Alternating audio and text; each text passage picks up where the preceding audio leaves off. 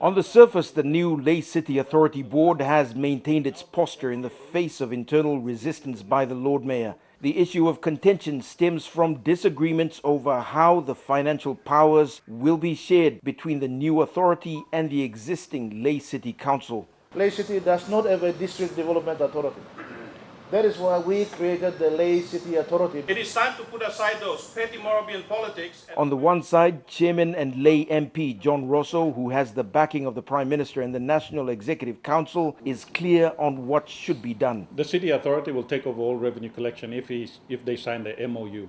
On the other side, Deputy Chairman and the city's Lord Mayor Koim Trilu Lae says he has to consult with 6 local level government councillors before signing off on an MOU. This is the first of its kind. You have to agree, sometimes you have to disagree. In order that you give everything from your house to somebody else, you're going to feel a pain. Signing off on the MOU means the city council gives up its financial powers to the authority.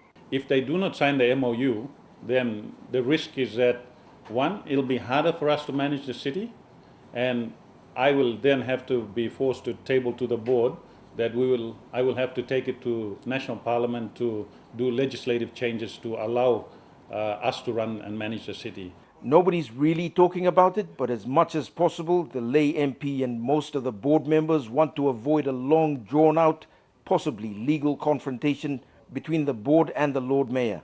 2 parties have to understand the functions of the LCA and the Lae local level government. What we're only trying to do is follow the rules of the law here and help the councils. That's what we're trying to do. But for some reason, our good Lord Mayor needs to explain to his councillors, and once he's finished, we've given 2 weeks for him to come back. The risk is if they don't say yes, then the board has to make a decision and task me to go to legislative assistance in Port Moresby through the Parliament. While the board wants to avoid a confrontation, the evidence of abuse is stacked up against the Lae City Council in its present form. The council has been under investigation since last year.